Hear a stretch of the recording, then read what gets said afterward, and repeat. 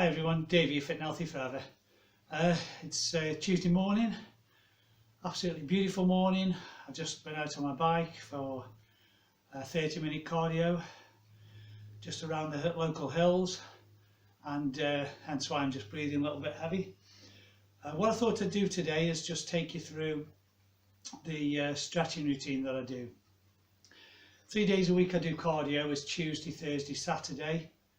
Thursday I do abs after cardio, but Tuesday and Saturday I do quite what I think is an intense stretching routine. Been doing this now for about 12 months. Major benefits from it. It's something I will keep going, but I never did it for years and years, stretching. I didn't believe it was that beneficial. But anyway, I want to take you through some of the stretches that I do.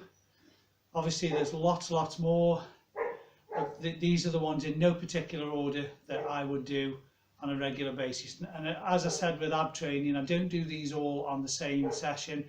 I'll swap and change them, but I'll probably spend between 15 and 30 minutes stretching. Mainly lower body, but I do some upper body as well. So we'll get to the first one then. So the first one I'm going to show you is a stretch for the inner thighs and the groin area. Now, I bought this piece of kit. It's just it's what I call a stretching machine. Martial artists use it a lot for improve their stretching ability. And I bought this online for £15 on eBay. It's been a godsend.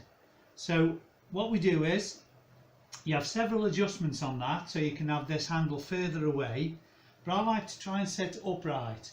So when I get this in position there, the two L-shaped pieces there, just sit your ankles in, and then you get hold of this and you pull that towards you, and the more you pull, obviously, the more you stretch your legs out.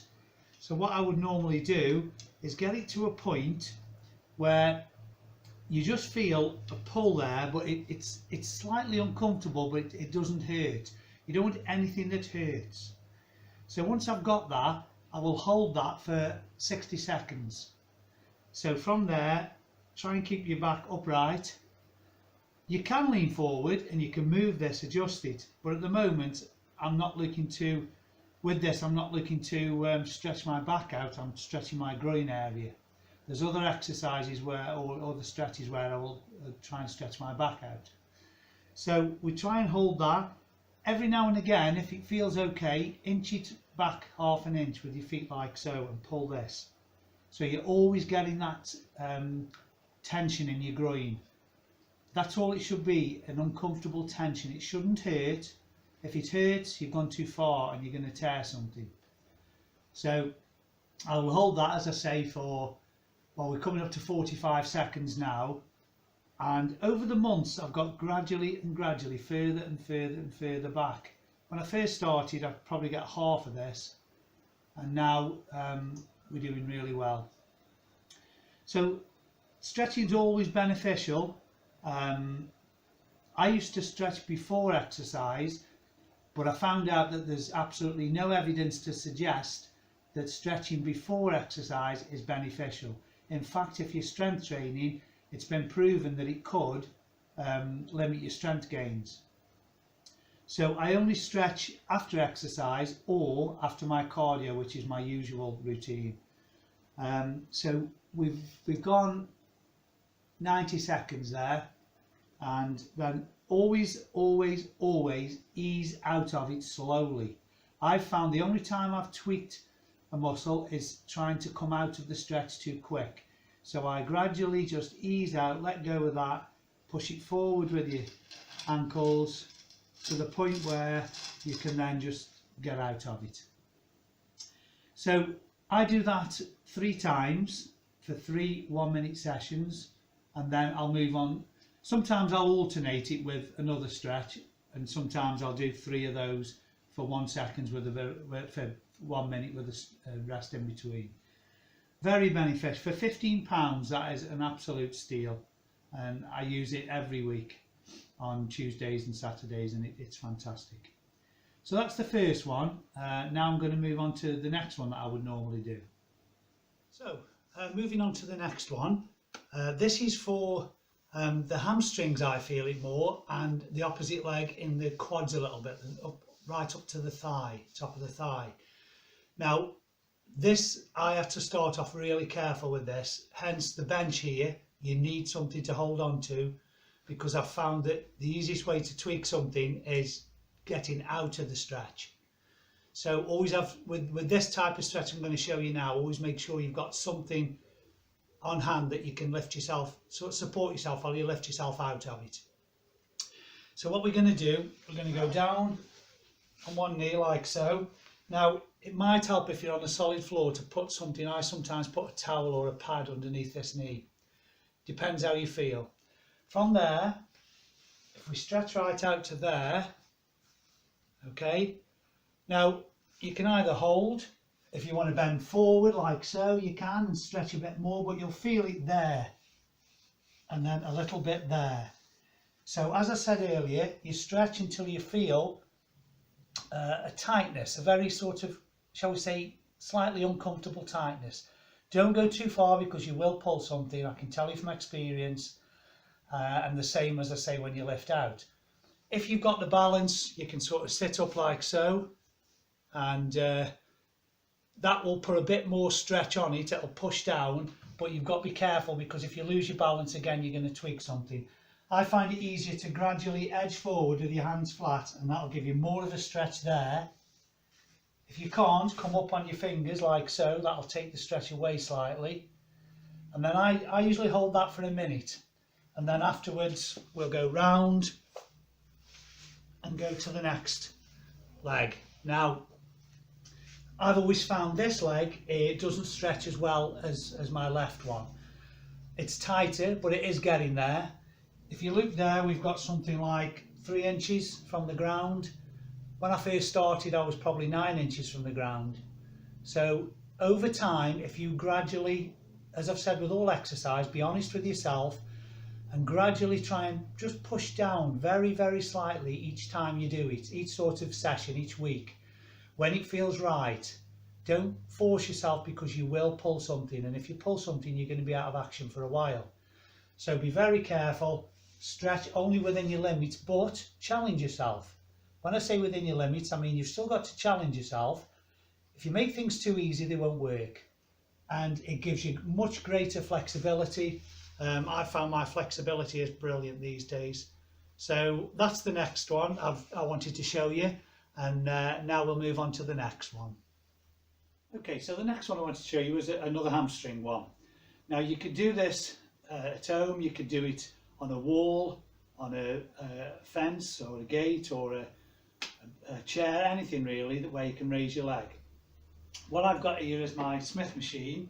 The bar has got probably about 30 levels that I can adjust it to. This is roughly about 2/3 of the way that I would normally go. So from there, I need to raise my leg, like so. So you've got your heel over the top of the bar to support. Balance yourself on this leg, straighten it, and then I stretch out onto the bar like so. And you'll feel the pull in the hamstring area there. Now you can try and touch your toes. You can go under your feet like so. Until you feel, as I keep saying, you've just got to feel an uncomfortable tightness. Nothing that's causing pain, nothing that's overstretching and it's liable to, you'll feel something, it's like an elastic band. You'll feel if you're overstretching it and it's about to twang. So you must not go that far initially. So you could do something like this a lot lower and try and bend forward from the hips. Don't try not to round your back too much, so you're bending from the hips. If you bend from the hips, you will feel that stretch even more than just rounding with your back like so. So get your back a bit more upright and bend forward slightly, and you'll feel that real tight pull there. So I would hold that for between 30 and 60 seconds. When you start stretching, if you can only do it for 5 seconds, that's fine. Everything's got to be built up slowly. You're never going to be able to walk into exercise or stretching or anything else and just go straight to the top. You have to build up. It's a lifestyle that you do over a period of time. So as I said with exercise and ab work and stretching, when you first do it, it might be a little bit hard. If it's hard, it's usually working, but don't go to the point of pain with anything. No pain whatsoever. Slightly uncomfortable, yes, but you must judge this for yourself and be honest with yourself and say, okay, after several weeks I can go this far with this stretch, I'll try go a tiny bit further. The other thing I want to stress to you is don't bounce in exercise in stretching. When you're bouncing, you're putting a lot of stress on. There is a place for ballistic stretching, but that's more advanced. I wouldn't do that myself. You're just looking to get the muscles pliable, especially if you're getting older. If you've not been flexible all your life, which I haven't, I've only started this maybe 12 months ago seriously, and I've always done bits of stretching here and there, but seriously about 12 months, and honestly how far I've come is you can't measure it and show someone else unless you do starting pictures and current pictures, which I've never been into. I just want to show people what is achievable for someone, say my age, even in the 60s. It's not too late to start exercise or stretching or anything like that. It's never too late. Your body, if you're treating your body properly and you're eating properly and you're resting and recovering, you can achieve a hell of a lot at any age. You could start in your 70s and do well. So don't let age put you off. Start somewhere. I started somewhere, everyone else started somewhere. I regret not starting at a very young age. You can't turn the clock back. You've got to deal with what you've got now. So I don't dwell on that. I just dwell on what I can do in the future and where I am now and how I can get forward. So we'll move on to the next one now. Okay, so the last stretch I want to show you is this is for your quads. Now this will conclude what I want to be the lower part of the body stretching.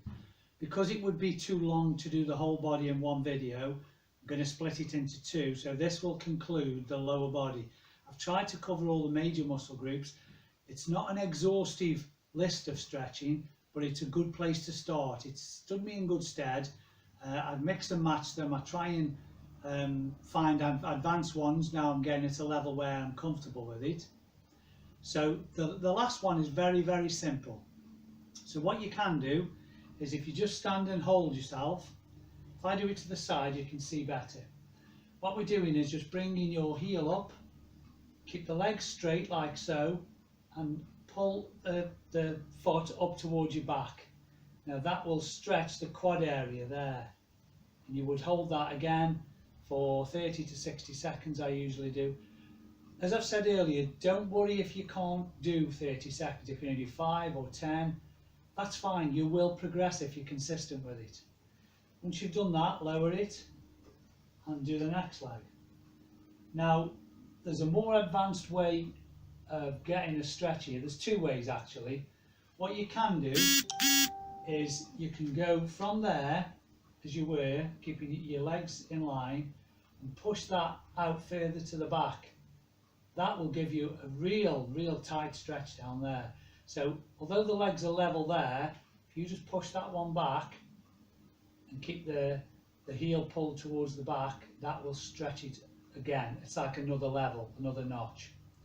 You can do the same thing if you've got, I use this machine, anything, a chair or a bench or anything. If you put your foot up on like so, and get your legs level like so, and then sort of sit into it. Keep this leg level and sit into it. As you sit into it, that will stretch again up there. So you've got to do these until you feel the actual stretch in that muscle that you're stretching. This one, the more you bend your leg and go down, the more of a stretch you get. So it's a little bit more advanced than the basic just standing and pulling your heel up to your back. Those again, I probably don't hold those as long, simply because I think when you get the basic one like so and you stretch it, I find within sort of 15-20 seconds the stretch goes away. Once you're stretching something for a certain amount of time, your body gets comfortable with it, and that tightness or that stretch just goes away slightly. And what you need to do then is take it to a fraction of another level. So I wouldn't normally do the one where you pull up to your back like so. I would normally do that straight away, or putting my foot on there and sitting into it to get more of a stretch. But the one I showed you earlier where I'm doing almost the splits, that I feel that in the quad as well. So that one, they're a little bit more advanced to me than this. This is a start off one where you're just holding on to something. Like I say, you hold on and you stretch like so, keeping the legs level. Once you find that quite comfortable, push that out. That will give you another stretch, and then hook your foot over something like this, or you can do it on a chair or a bench, and that will give you, sit into it, that will give you an even further stretch down there. Just remember with stretching, the concept is the more you can stretch a muscle, the more you can contract it. So if it's tight and not very pliable, you will have difficulty contracting it when you're training it. So the more you stretch, not only makes you flexible, it helps with your training as well, because it will help you to contract better. Your muscle fibres, a rough sort of way of describing it, your muscle fibres intertwine and they move. Now, if they're tight and calcified, they won't move anywhere. And that's when you get lesions or knots and you need massage and therapy to get them out. When they're moving properly, they move in and out like so, the fibres. You need them to be doing that. And the only way you're going to do that, if they're so tight that they won't move, you need them massaging first, and then you need to be stretching them regular to get them to move always. Because they do calcify. If left sort of, what's the right word, not untreated, but if you don't stretch often enough or train often enough, they will be very, very tight, and you'll find it difficult to stretch at first. You may need a bit of massage or some sort of treatment on an area to loosen it, to get the knots and lesions out. Then you can start stretching. It depends what level you're at, but if you're just beginning with stretching and you have trained, you might be okay. If you've never trained, you're just starting to train, and you find tightness, you may want to have a few massages first. Get yourself some massage therapy just to get all the knots and lesions out before you stretch. As I say, that concludes what I'll call part one of the lower body stretching. I'm going to move on next to part two, which is upper body. There's not a fantastic amount of upper body stretching, but there's one in particular that I wanted to show you, and I'll give you a bit of background to it as well. So I'll move on to that next.